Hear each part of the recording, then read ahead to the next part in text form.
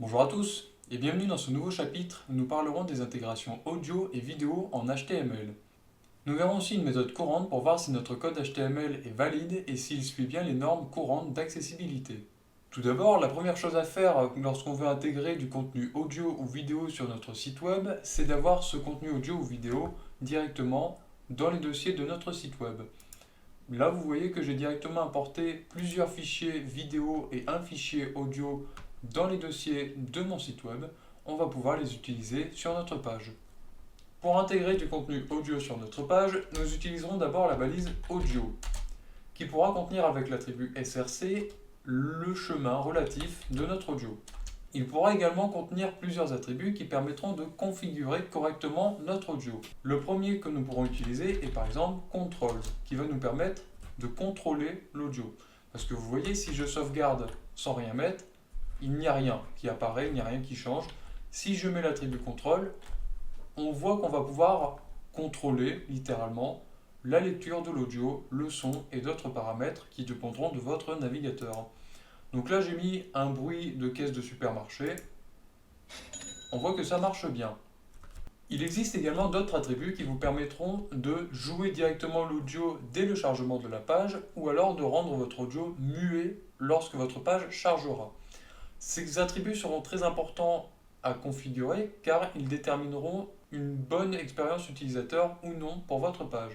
Par exemple, si je mets autoplay et que je recharge, on voit que le son va se jouer directement au chargement de la page sans que j'ai à lancer l'audio. C'est très important parce que si vous avez sur votre page web un audio qui se lance dès le chargement, l'utilisateur pourra ne pas comprendre d'où provient le bruit et cela pourra donner une mauvaise réputation à votre site. Ce sera considéré comme une mauvaise pratique de laisser un autoplay. Vous pouvez cependant utiliser avec l'autoplay l'attribut muted, qui permettra à l'audio de se lancer automatiquement tout en étant muet.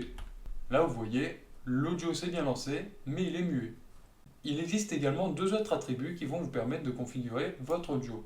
Il existe par exemple l'attribut loop qui vont permettre de jouer votre audio à l'infini en boucle, ainsi que l'attribut preload qui va permettre de déterminer quelles informations de l'audio seront chargées au chargement de la page. Auto, ça voudra dire que tout l'audio sera chargé dès le chargement de la page. Metadata voudra dire que seules les métadonnées de l'audio seront chargées au chargement de la page, donc le titre, la durée de l'audio, ainsi que son chemin relatif. Enfin, none permettra de préciser qu'il ne faut pas charger l'audio tant que celui-ci ne sera pas joué par l'utilisateur. Voilà pour ce qui est des attributs qui permettent de configurer votre balise audio. Vous remarquerez cependant que la balise audio n'est pas une balise orpheline, c'est une balise de pair, c'est-à-dire qu'elle pourra contenir des balises enfants à l'intérieur. Une de ces balises sera la balise source. En effet, il n'est pas nécessaire de mettre le chemin relatif tel quel dans la balise audio, mais il sera souvent préféré d'utiliser une balise source avec l'attribut src et type afin de préciser le chemin relatif et le type de votre audio. Donc ici, on va pouvoir préciser le chemin relatif ainsi que le type de cette façon, audio MP3.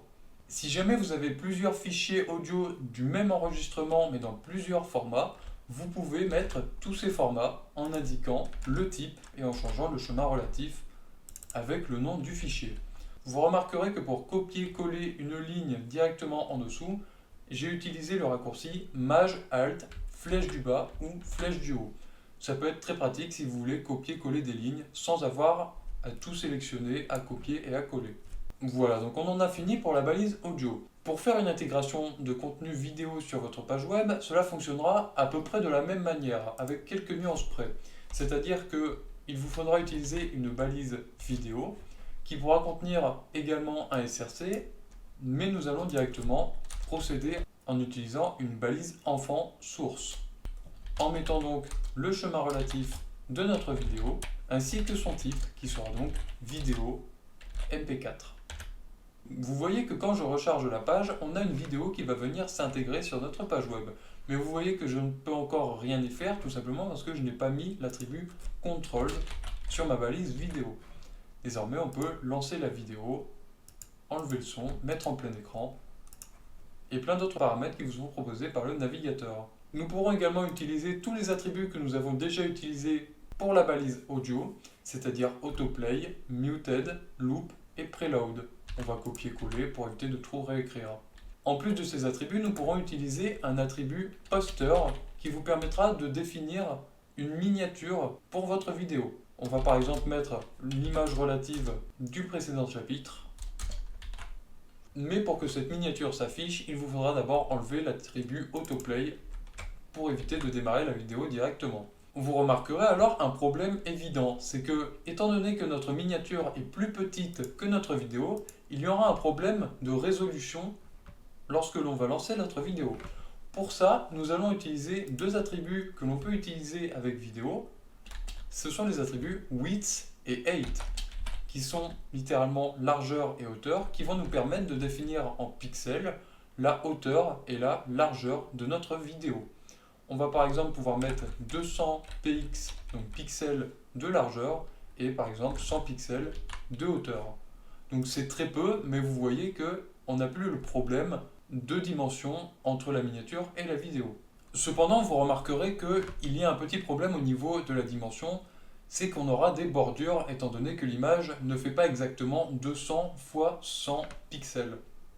On peut s'en rendre compte plus facilement si par exemple on va afficher 1000 pixels de hauteur, on voit que la vidéo elle fait un peu n'importe quoi. C'est pour cette raison que la hauteur et la largeur de la vidéo seront plutôt configurées côté CSS.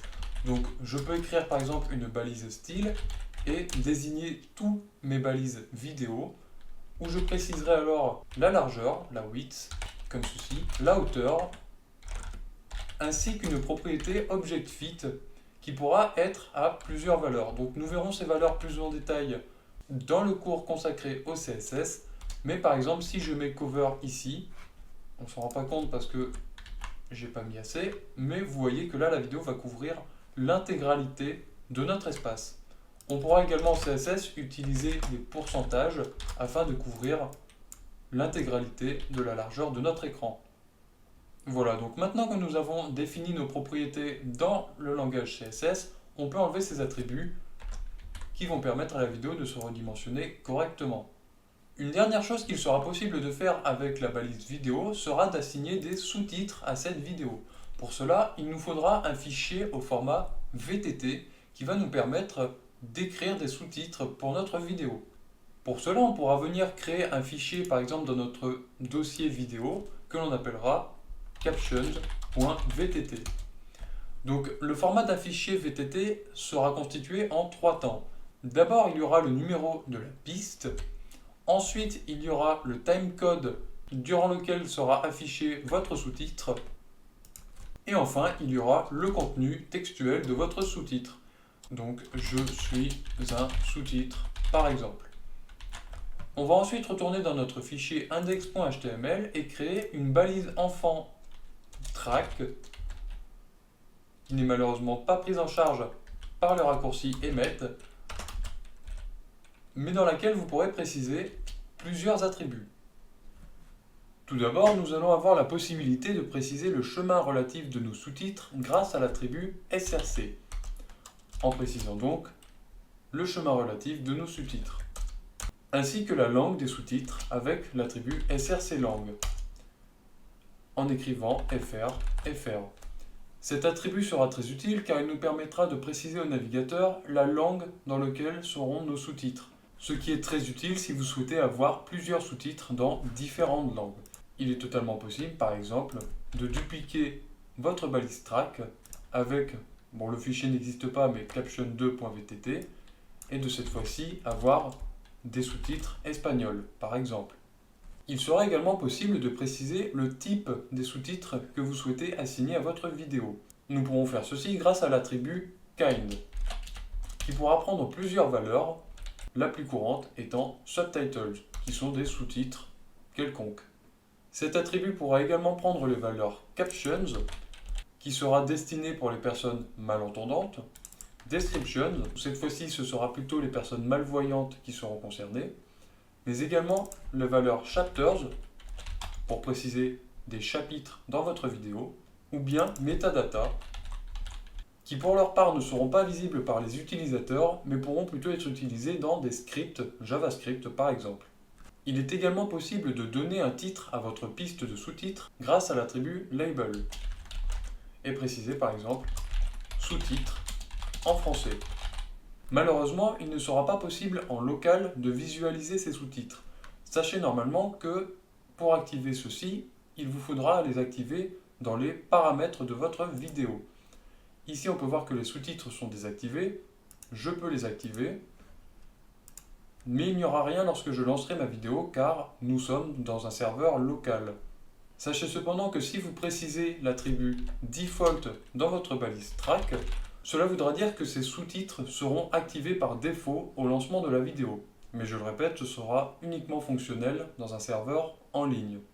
Malheureusement, on ne pourra pas visualiser de suite l'effet de la balise track. Pour finir sur l'attribut vidéo, je précise que pour une meilleure expérience utilisateur, il sera déconseillé d'utiliser l'attribut autoplay sans utiliser l'attribut muted avec.